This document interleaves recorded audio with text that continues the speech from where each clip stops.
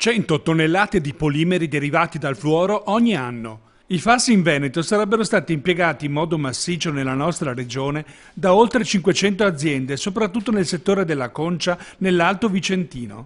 Questo dato, presente nel report pubblicato ieri e commissionato dalla Miteni ad un istituto americano di ricerca, è stato messo in risalto alla Commissione regionale d'inchiesta a Venezia. La Miteni non vuole essere considerata la principale causa del maxi inquinamento, come invece sostiene l'ARPAV. Esisterebbe un tessuto industriale che importa, utilizza e scarica FAS indipendentemente da Miteni. 1000 tonnellate utilizzate in Veneto negli ultimi 10 anni. D'altro canto, solo giovedì, il commissario straordinario dell'emergenza Nicola Dell'Acqua aveva ribadito ai sindaci per il coordinamento contro i FAS che gli acquedotti della zona rossa sono super controllati e sicuri grazie all'efficace azione dei filtri a carboni attivi. Saranno abbandonati i pozzi inquinati di Almisano e verranno accelerate le procedure per i nuovi approvvigionamenti.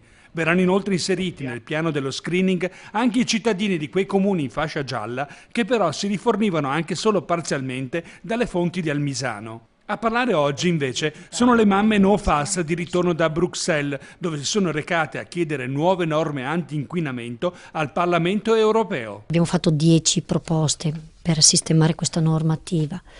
Intanto vogliamo che ci siano 0 FAS come limite. Noi vogliamo che il principio di precauzione non sia solo un principio, ma che diventi una legge. Vogliamo che le sostanze tossiche, le sostanze, questi inquinanti emergenti che vengono prodotti, prima di essere immessi nel mercato, vengano sperimentati, studiati da una commissione esterna, non da un'autocertificazione redatta dall'azienda. Parlare con altre comunità europee significa anche dire siamo tutti insieme, siamo grande comunità di viventi, quello che è successo qui non deve succedere da un'altra parte. Risolvere il problema con i miei figli è un lavoro fatto a metà, se non lo risolviamo anche con i figli dei nostri vicini di casa.